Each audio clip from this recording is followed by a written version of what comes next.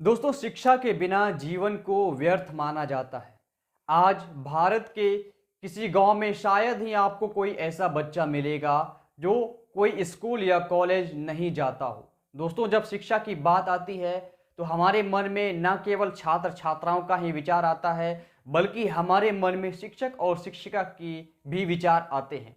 और इसी क्रम में हम जानने वाले हैं कि आप भी अगर अध्यापन के क्षेत्र में अपना फ्यूचर बनाना चाहते हैं, आप अध्यापन के माध्यम से देश को विकास के रास्ते पर लाने में अपना योगदान देना चाहते हैं, तो आपके लिए कौन सा कोर्स बेस्ट रहने वाला है। दोस्तों, वर्तमान समय में अध्यापक बनने के लिए बहुत सारे कोर्स का संचालन किया जाता है और उन्हीं कोर्स में से एक कोर्स है डीएलएड कोर्स, जिसके बारे में आपको संपूर्ण जानकारी मैं इस वीडियो में देने वाला हूं। आपसे रिक्वेस्ट है कि वीडियो को बीच में स्किप नहीं कीजिएगा, वीडियो के एंड तक बनी रहिएगा। आपके सभी शंकाओं का समाधान इस वीडियो में मिलने वाला है। दोस्तों, चलिए बिना किसी देरी के इस वीडियो में आगे बढ़ते हैं। दोस्तों, शिक्षक को राष्ट्र निर्माता कहा जाता है। एक शिक्षक ही आने वाले समय में राष्ट्र का निर्माण करता है, क्योंकि उनके द्वारा जो बच्चों को शिक्षा प्रदान किया जाता है वही वही बच्चा आगे चलकर डॉक्टर, इंजीनियर इत्यादि पदों पर बैठता है और देश के विकास में अपना योगदान देता है। दोस्तों, अगर आप अध्यापन के क्षेत्र में अपना करियर बनाना चाहते हैं तो आपको डीएलएड कोर्स करने से क्या फ़ायदा हो सकता है, आप किस प्रकार से इस कोर्स को कंप्लीट कर सकते हैं, इस कोर्स को पूरा करने के लिए क्या क्या योग्यता चाहिए, क्या उम्र सीमा होनी चाहिए और इस कोर्स को करने के बाद क्या गवर्नमेंट नौकरी मिलना तय हो जाता है, सभी जानकारी आपको इस वीडियो में मिलने वाली है। चलिए दोस्तों, वीडियो को शुरू करते हैं। दोस्तों, वर्तमान समय में शिक्षक बनने के लिए बहुत सारे कोर्स का संचालन किया जा रहा है, जैसे कि आप बीएड और डीएलएड की बात कर सकते हैं। इन्हीं में से एक कोर्स है डीएलएड। दोस्तों, डीएलएड कोर्स करने के बाद आप प्राथमिक शिक्षक बनने के योग्य हो जाते हैं, प्राथमिक शिक्षक बनने के पात्र हो जाते हैं। इस कोर्स की अवधि 2 वर्षों की होती है। सभी पॉइंट को हम बारी बारी से डिटेल से जानने वाले हैं, अच्छी तरह से समझने वाले हैं।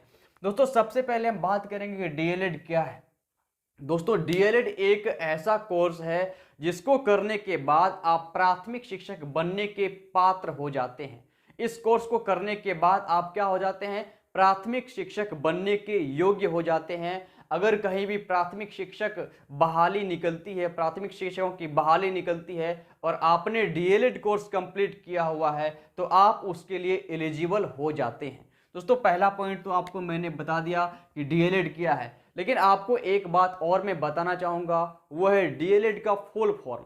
दोस्तों, डीएलएड का फुल फॉर्म होता है डिप्लोमा इन एलिमेंट्री एजुकेशन।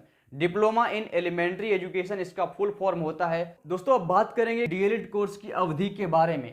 दोस्तों, डीएलएड कोर्स की अवधि 2 वर्ष की होती है।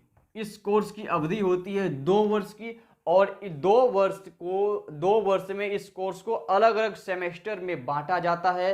2 वर्ष में इस पढ़ाई को आप कंप्लीट कर सकते हैं और आपको डीएलएड कोर्स की डिग्री प्रदान की जाती है, जो कि 2 वर्षों का कोर्स होता है। दोस्तों, अगले पॉइंट की बात करें तो अगला पॉइंट है योग्यता। दोस्तों, डीएलएड कोर्स करने के लिए क्या योग्यता होनी चाहिए, यह बात मैं आपको बताने वाला हूं। दोस्तों, मैं बिहार की बात करूं तो बिहार में डीएलएड कोर्स करने की जो न्यूनतम योग्यता है वह है इंटरमीडिएट। अगर आपने 50% अंकों के साथ, कम से कम 50% अंकों के साथ इंटरमीडिएट की परीक्षा उत्तीर्ण की है तो आप इसके लिए एलिजिबल हो जाते हैं। दोस्तों, यदि आपने ग्रेजुएशन भी कंप्लीट कर लिया है या फिर कोई और उच्च डिग्री आप धारण किए हुए हैं, मतलब किसी और उच्च डिग्री को आप प्राप्त कर चुके हैं, तो भी आप इस कोर्स के लिए अप्लाई कर सकते हैं। इस कोर्स के लिए आप एलिजिबल हैं। दोस्तों, यहाँ पे मैंने आपको बता दिया कि इसके लिए योग्यता क्या रहने वाली है। आपको इंटरमीडिएट में जो मिनिमम एटलीस्ट आपको 50% अंकों के साथ इंटरमीडिएट किसी भी स्ट्रीम में उत्तीर्ण होना अनिवार्य है। लेकिन यहाँ पे एक बात मैं आपको और बता दूं कि किसी आरक्षण कोटि के उम्मीदवार के लिए कुछ उसमें छूट दिया जाता है, जैसे कि एससी एसटी के उम्मीदवार के लिए 5% की छूट दी जाती है।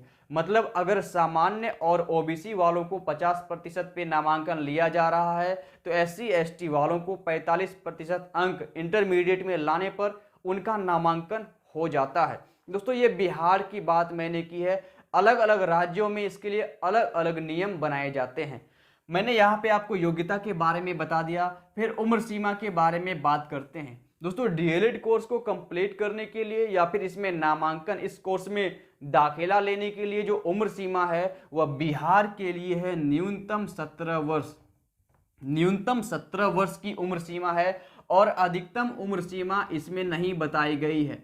जहाँ तक मेरा मानना है, अलग अलग राज्यों का मैंने स्टडी किया है, डीएलएड में नामांकन के लिए क्या एबिलिटी चाहिए, क्या योग्यता होनी चाहिए, क्या उसका एज लिमिट होना चाहिए, वो मैक्सिमम 35 ईयर आप यहाँ पर देख सकते हैं। मतलब मिनिमम आपको 17 साल देखने को मिल रहा है, जबकि अधिकतम आपको 35 साल। लेकिन आरक्षित कोटि के उम्मीदवार को उम्र सीमा में कुछ छूट दी जा सकती है, उनके लिए 37 वर्ष या फिर 40 वर्ष की उम्र सीमा निर्धारित की जा सकती है। यह समय समय पर नियम में चेंज किया जा सकता है, लेकिन बिहार के लिए कम से कम 17 साल होना अनिवार्य है और अलग अलग राज्यों में कहीं कहीं न्यूनतम 18 वर्ष की उम्र सीमा रखी जाती है। इस प्रकार से मैंने आपको उम्र सीमा बता दिया कि डीएलएड कोर्स में नामांकन के लिए उम्र सीमा क्या रहने वाली है। फिर मैं आपको बताऊंगा फीस के बारे में। दोस्तों, डीएलएड कोर्स जो कि 2 वर्षों का कोर्स होता है, इसके लिए फीस सरकारी कॉलेज के लिए और प्राइवेट कॉलेज के लिए अलग अलग रखी जाती है। सरकारी और प्राइवेट कॉलेज के लिए अलग अलग फीस रखी जाती है। मैं बिहार के सरकारी कॉलेज की बात कर लूं तो बिहार के सरकारी कॉलेज में इस 2 वर्ष के कोर्स को करने के लिए आपको एटलीस्ट 20,000 रुपये चुकाने पड़ते हैं। 20,000 रुपये आप मान सकते हैं इस कोर्स को। अगर ज़्यादा से ज़्यादा समय के साथ इसमें कुछ वृद्धि की जाए तो 1 से 2,000 +1 या +2,000 रुपये आपको यहाँ पे वृद्धि देखने को मिलेगी। और अगर आप SC ST कोटि के उम्मीदवार हैं तो आपसे कम ही शुल्क लिया जाता है डीएलएड कोर्स को कराने के लिए। यहाँ पे 2-4 हज़ार रुपये, 2 से 4 हज़ार रुपये आपको यहाँ पर कम शुल्क लिया जाता है, जो कि सरकारी कॉलेज की बात मैंने की है यहाँ पे। अब बात करूँ मैं प्राइवेट कॉलेज की, तो यहाँ पे आपको 2 साल में मैक्सिमम 1,20,000 रुपये लिया जाता है। 2 साल में मैक्सिमम 1,20,000 रुपये का फीस आपको चुकाना पड़ता है। ये आपको 2 साल में देना होता है। यह सरकारी और प्राइवेट कॉलेज का शुल्क मैंने बताया है। ये मैक्सिमम फीस है 1,20,000 रुपये का। ठीक है, किसी किसी कॉलेज में 1,10,000 रुपये में भी आपका कोर्स कंप्लीट हो सकता है और किसी कॉलेज में 1,00,000 रुपये में भी आपका कोर्स कंप्लीट हो सकता है। अलग अलग कॉलेज का फीस अलग अलग होता है, लेकिन सरकारी कॉलेज का जो मैंने आपको बताया है वो 20,000 आप मान सकते हैं। एवरेज फीस 20,000 रुपये सरकारी कॉलेज में डीएलएड कोर्स करने का होता है। यह मैंने 5वें पॉइंट की बात कर ली कि फीस क्या रहने वाला है। दोस्तों, अब छठा और इम्पोर्टेंट पॉइंट क्या है कि डीएलएड करने के बाद क्या करें।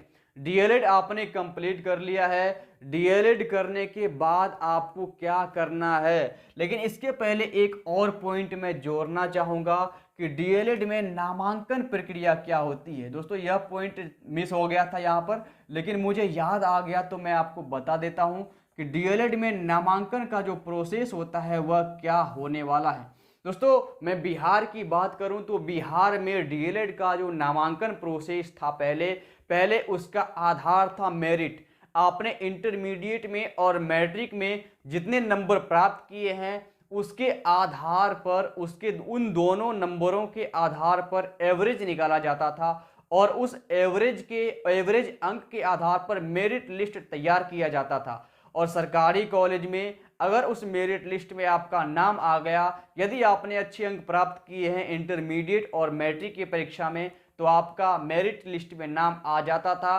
और आप उस आधार पर अपना नामांकन करा लेते थे। ये पहले की प्रक्रिया थी। लेकिन अभी क्या है, अभी इसके लिए प्रवेश परीक्षा आयोजित करवाया जाता है। अलग अलग राज्यों में मेरिट के आधार पर डीएलएड में नामांकन लिया जाता है, लेकिन कहीं कहीं प्रवेश परीक्षा इसके लिए आयोजित करवाया जाता है और बिहार इन राज्यों में से एक है जहां डीएलएड कोर्स में नामांकन के लिए प्रवेश परीक्षा आयोजित करवाया जाता है। इस प्रवेश परीक्षा के लिए फॉर्म भरने की तारीख तय कर दी जाती है और योग्यता मैंने आपको बताया ही है, 17 साल के आप कम से कम आयु पूरा किया हुआ होना चाहिए और आपने कम से कम इंटरमीडिएट यानी कि +2 कंप्लीट किया है, वो भी 50% अंकों के साथ। अगर आप ये सब क्राइटेरिया पूरा करते हैं तो आप नामांकन प्रक्रिया में भाग ले सकते हैं, जो कि शुरू होता है प्रवेश परीक्षा से। प्रवेश परीक्षा के लिए आप फॉर्म भरते हैं और बोर्ड के द्वारा उसका सिलेबस आपको दे दिया जाता है वेबसाइट पे। उस सिलेबस के अकॉर्डिंग आप तैयारी करते हैं और तैयारी करने के बाद आपको एडमिट कार्ड जारी किया जाता है। आपके लिए, आप सभी विद्यार्थियों के लिए एडमिट कार्ड जारी किया जाता है और उस एडमिट कार्ड में एग्जाम सेंटर और एग्जाम डेट दिया हुआ रहता है। आप उस सेंटर पे जाकर के एग्जाम देते हैं और कुछ दिनों के बाद या फिर महीनों के बाद वह रिजल्ट घोषित किया जाता है और रिजल्ट घोषित करने के बाद उसमें आपका रैंक भी दिया रहता है, रैंक दिया रहता है और उस रैंक के आधार पर ही आपको गवर्नमेंट कॉलेज और प्राइवेट कॉलेज में नामांकन मिलता है। अगर आपका रैंक अच्छा रहता है, आपने अच्छे अंक प्राप्त किए हैं प्रवेश परीक्षा में, तो आपका नामांकन गवर्नमेंट कॉलेज में हो जाता है, जहां बहुत ही कम फीस में आप इस कोर्स को कंप्लीट कर सकते हैं। लेकिन आपका रैंक अच्छा नहीं आता है तो गवर्नमेंट कॉलेज, क्योंकि गवर्नमेंट कॉलेज में क्या होता है कि अच्छे नंबर प्राप्त करने वाले छात्र छात्राओं का नामांकन पहले ही हो जाता है और आपका जो मेरिट लिस्ट में नाम है वो नहीं आ पाता है गवर्नमेंट कॉलेज के मेरिट लिस्ट में, तो आपका नामांकन प्राइवेट कॉलेज में हो जाता है अगर आप उसमें नामांकन कराते हैं तो। इस प्रकार से आप यहाँ पे देख चुके हैं, जान चुके हैं कि किस प्रकार से बिहार में डीएलएड कोर्स में नामांकन की प्रक्रिया होती है। और नामांकन आपका हो जाने के बाद आप इस 2 साल के डीएलएड कोर्स को कंप्लीट कर लेते हैं। उसके बाद आपके मन में सवाल आता है कि भाई मैंने तो डीएलएड कोर्स कंप्लीट कर लिया है, लेकिन अब इसके बाद हमें क्या करना चाहिए। तो आपको बताने वाला हूं कि डीएलएड के बाद आपको क्या करना है। दोस्तों, डीएलएड कोर्स करने के बाद आपको एक प्रमाण पत्र दिया जाता है, आपको डीएलएड कोर्स की डिग्री दी जाती है कि आपने डीएलएड कोर्स को उत्तीर्ण कर लिया है। दोस्तों, इस डिग्री को प्राप्त करने के बाद आप टीईटी यानी कि टीचर एलिजिबिलिटी टेस्ट, जिसे कि हिंदी में शिक्षक पात्रता परीक्षा कहते हैं, उसके लिए आप एलिजिबल हो जाते हैं। जो कि यह जो टीईटी है यह राज्य सरकार के द्वारा और केंद्र सरकार के द्वारा अलग अलग तरीके से आयोजित करवाई जाती है। केंद्र सरकार के द्वारा आयोजित करवाए जाने वाले शिक्षक पात्रता परीक्षा को सीटीईटी कहा जाता है, जिसका फुल फॉर्म होता है सेंटर टीचर एलिजिबिलिटी टेस्ट। जबकि राज्य सरकार के द्वारा आयोजित करवाए जाने वाले शिक्षक पात्रता परीक्षा को एसटीईटी कहा जाता है, यानी स्टेट टीचर एलिजिबिलिटी टेस्ट। दोनों को कुल मिलाकर टीईटी आप कह सकते हैं, टीचर एलिजिबिलिटी टेस्ट। टीईटी के लिए आप एलिजिबल हो जाते हैं अगर आपने डीएलएड कंप्लीट कर लिया है, इस कोर्स को आपने कंप्लीट कर लिया है, तो आप टीईटी का फॉर्म भरने के लिए एलिजिबल हो जाते हैं। और टीईटी का परीक्षा अगर आप उत्तीर्ण कर लेते हैं तो राज्य सरकार के द्वारा या फिर केंद्र सरकार के द्वारा, यह इस बात पे डिपेंड करता है कि आपने किस सरकार के द्वारा आयोजित किए जाने वाले शिक्षक पात्रता परीक्षा को दिया है और आपने यदि उसमें अच्छे नंबर प्राप्त कर लिए हैं, आप उसमें पास हो गए हैं, तो आपको उस सरकार के द्वारा एक प्रमाण पत्र जारी किया जाता है जिसकी वैधता आजीवन होती है। मतलब लाइफ टाइम इसकी वैलिडिटी होती है उस प्रमाण पत्र की। ठीक है, तो यह मैंने आपको बता दिया कि डीएलएड करने के बाद क्या करना है। तो डीएलएड करने के बाद आपको टीईटी करना है। टीईटी यानी टीचर एलिजिबिलिटी टेस्ट के लिए आपको परीक्षा देना है और अच्छे नंबर से पास भी करना है। यह परीक्षा आप तभी पास कर पाएंगे जब आप अच्छी तरह से प्रिपरेशन करेंगे। ठीक है, अब 7वें पॉइंट की बात करते हैं। दोस्तों, अब आपने टीईटी भी पास कर लिया, लेकिन 7वें पॉइंट में आपके मन में सवाल आएगा कि टीईटी के बाद क्या करना है। टीईटी के बाद क्या करना है यह बात मैं आपको बताता हूं।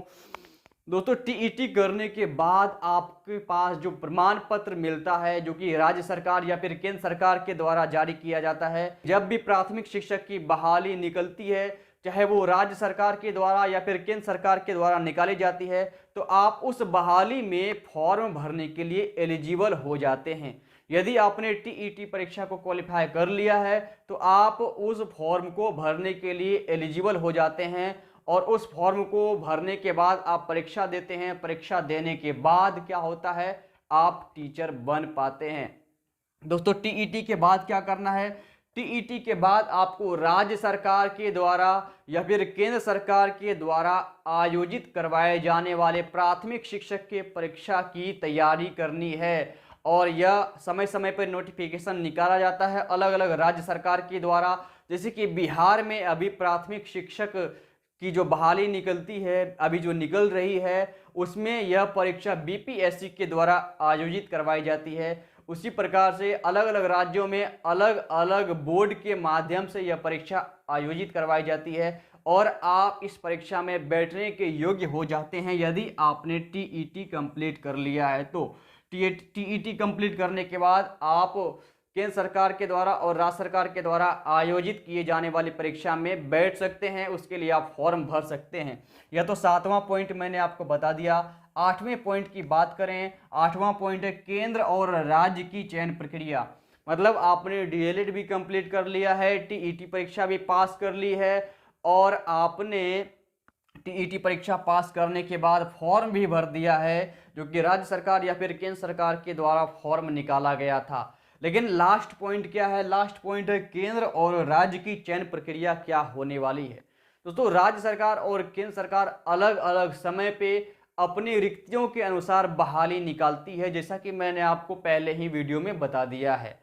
और अलग अलग समय पे बहाली निकालती है। बहाली में आपने ये सारा क्राइटेरिया आप फुलफिल कर लिया है तो आप भी फॉर्म भरते हैं, और फॉर्म भरने के बाद आप परीक्षा की तैयारी करते हैं, और परीक्षा में आप अच्छे नंबर लाने के लिए तैयारी करते हैं। क्योंकि जितनी भी सीटों के लिए बहाली निकाली जाती है वह सीटें एक निश्चित संख्या में होती है वह सीटें, और उसके लिए बहुत सारे उम्मीदवार जो कि टीईटी पास रहते हैं वह उसके लिए फॉर्म भरते हैं। मान लीजिए कि 100 सीटों पर बहाली निकाली गई है और उसके लिए 1000 छात्र छात्राओं ने आवेदन दिया है जो कि टीईटी क्वालिफाइड हैं। तो उनमें से तो 100 का ही वहाँ पे सिलेक्शन होने वाला है, बाकी जो 900 लोग हैं वो तो रिजेक्ट हो जाएंगे। तो ये 100 कौन होंगे, जिनका नंबर अच्छा होने वाला है। तो इसीलिए आपको अच्छी तरह से तैयारी करनी है।